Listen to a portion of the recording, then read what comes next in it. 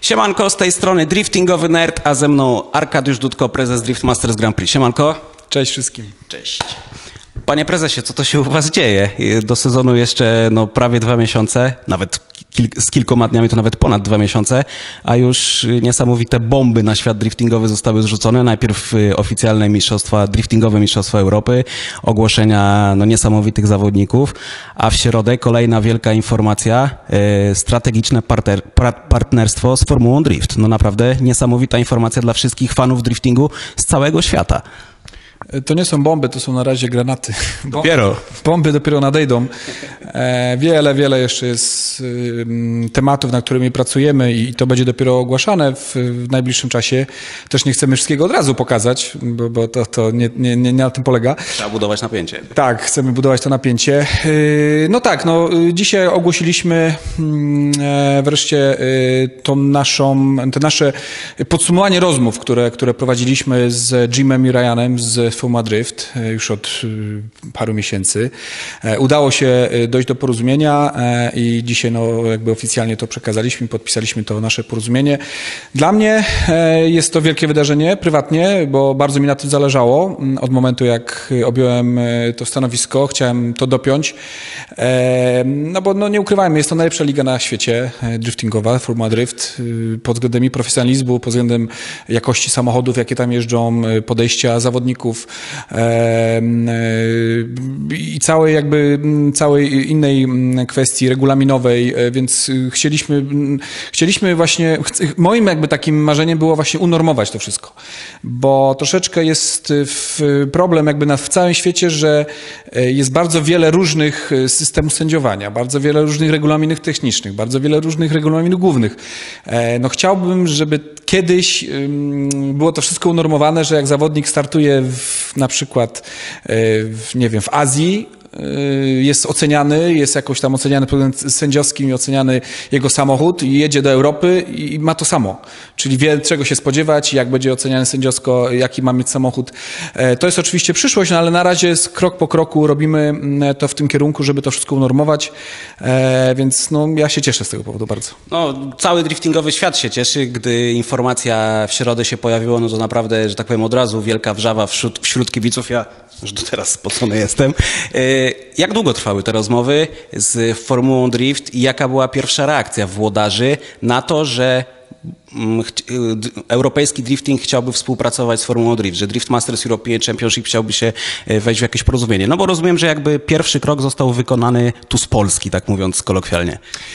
Tak, te rozmowy już trwają od dłuższego czasu i ja będąc na zawodach na pierwszej rundzie w zeszłym roku Formuła Drift, gdzie nasz jakby taki team Piotrka i Jamesa wystartował, to już wstępne już tam rozmowy powoli zaczynały się biec, a ten sezon jakby rozpoczęliśmy już tak bardziej intensywnie pod tym względem.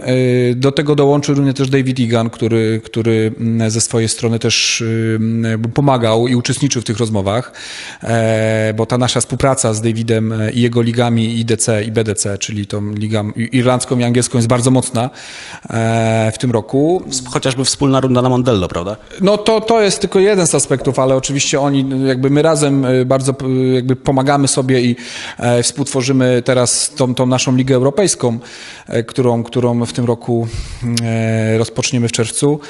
Więc te rozmowy już trwają długo. To nie jest prosty taki zabieg. Dobra, podpiszmy umowę, robimy partnerstwo, ogłosimy, koniec. To jest długofalowe, to nie tylko dotyczy licencji, to nie tylko dotyczy tego, że nasz 8 zawodników, którzy skończą w tym roku generalkę w miejscu 1 do 8 dostaną licencję pro. To też nie dotyczy tylko tego, że 3 z nich dostanie stypendium na starty w Formuła Drift w przyszłym roku, w 2019. Te porozumienie ma większy aspekt, więc to jest tak, o czym wspominałem, czy te regulaminy, sędziowanie, realizacja live, być może, nie chcę tutaj zdradzać tych planów, ale być może jakieś rundy Mistrzostw Świata wspólne. Plany są, nie chcę tego tutaj oczywiście teraz zdradzać, bo to wszystko nadejdzie, ale te rozmowy już bardzo długo trwają. Trochę ubiegłeś moje pytanie, mówiąc o Mistrzostwach Świata, no bo jakby to trochę się rozumie samo przez się. Takie naturalne to jest, że skoro no teraz jest już porozumienie pomiędzy Drift Masters European Championship i Formułą Drift, no to takim powiedzmy naturalnym, kolejnym, bardzo dużym, ale kolejnym krokiem właśnie byłyby te Mistrzostwa Świata. Czy w głowie jakiś tam może wstępny plan już na to jest, tak wybiegając mocno w przyszłość? Powiem tylko tak. W informacji, która pojawiła się odnośnie połączenia Drift Masters European Championship i Formuły Drift, też jest informacja, że zawodnicy, którzy posiadają licencję Pro Formuły Drift, będą mogli wystartować w poszczególnych rundach Drift Masters European Championship lub jeżeli będą mieli możliwości w pełnym cyklu. Czy są już jacyś potwierdzeni zawodnicy, czy na przykład zobaczymy jedną z amerykańskich gwiazd na przykład w Płocku na pierwszej rundzie, która jest już 8 czerwca? Bardzo wyciągasz ode mnie te informacje, których my chcemy pokazywać w najbliższym czasie. Taka moja dola. Taka twoja rola. No tak, to jest jakby obopólne tutaj porozumienie, również polegające na tym, że zawodnicy, którzy posiadają licencję Pro Formuła Drift, mają prawo startować w poszczególnych rundach, czy w całym cyklu Drift Masters, więc no nie chcę powiedzieć za dużo teraz, bo to chcemy budować to napięcie.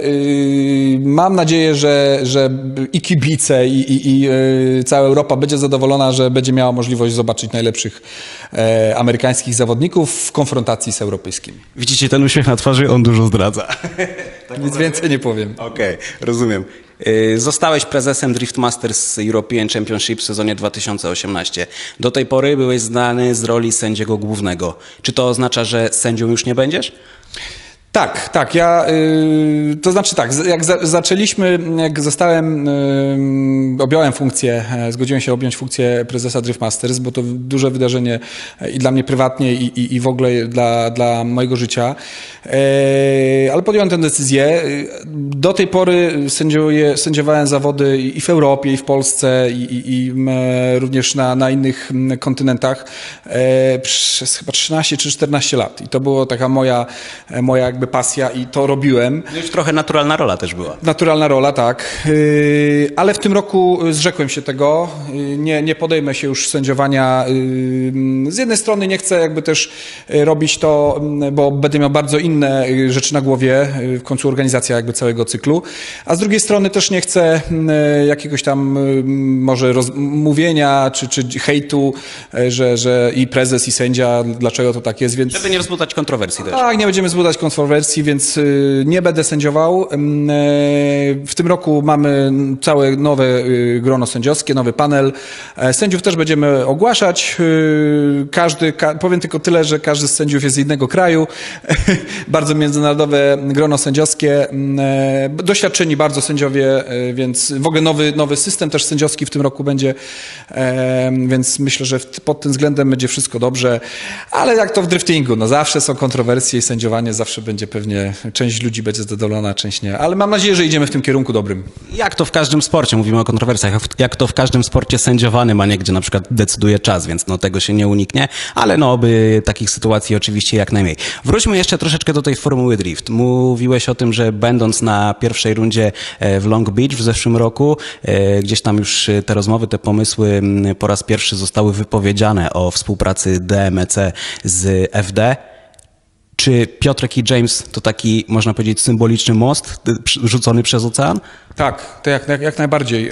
Zresztą Piotrek Więcek też był takim jakby prowodyrem, w cudzysłowie, który napierał na to, żeby tą współpracę jakoś zacieśnić, żeby spróbować chociaż, bo i James, i Jim jest bardzo takimi ludźmi, którzy są skłonni do rozmów, oni są bardzo profesjonalni i nie rzucają słów na wiatr, ale tak, i James też zawsze twierdził, że to się może udać.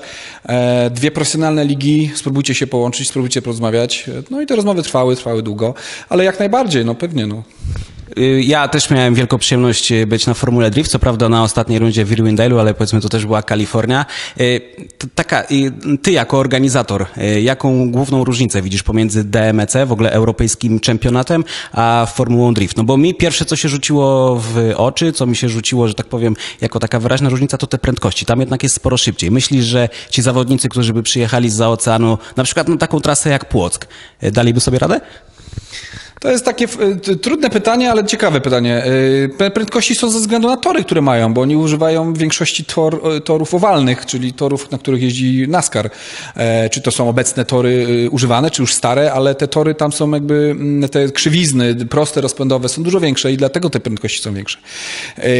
No przecież zawodnicy Formuły Drift jeździli w Europie i przecież ja pamiętam, jak sędziowałem jedną z rund, czy dwie nawet rundy jeszcze obecnego wtedy jak ligi Drift All Stars, gdzie jeździł Ryan Turek i Chris Fosberg był też przecież w Europie i na Rydze na przykład to też był w miarę szybki tor i oni sobie też radzili, ale czy by sobie poradzili na naszym Toruniu czy na naszym Płocku?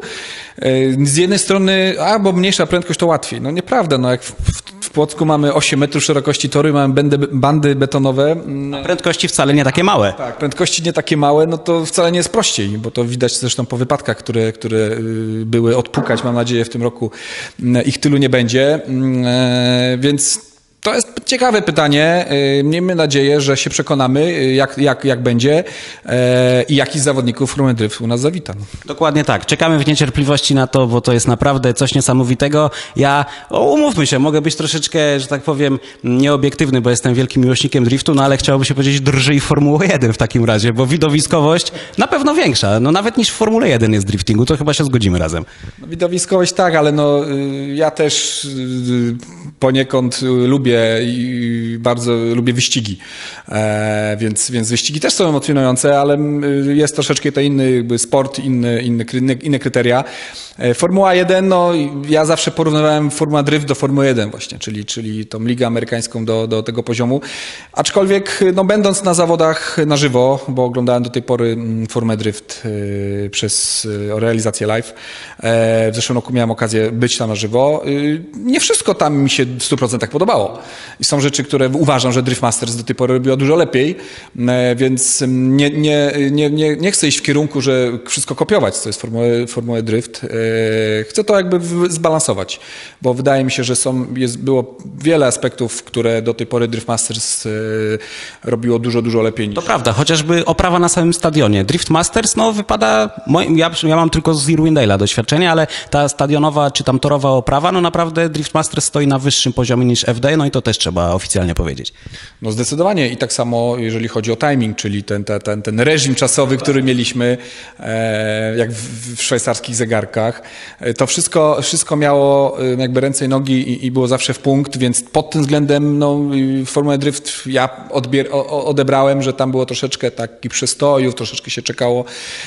Na pewno pod względem technicznym i samochodów to tam jest dużo wyższy poziom i pieniędzy. Tam widać pieniądze takie, że... Każdy ma oponiarskiego sponsora chociażby.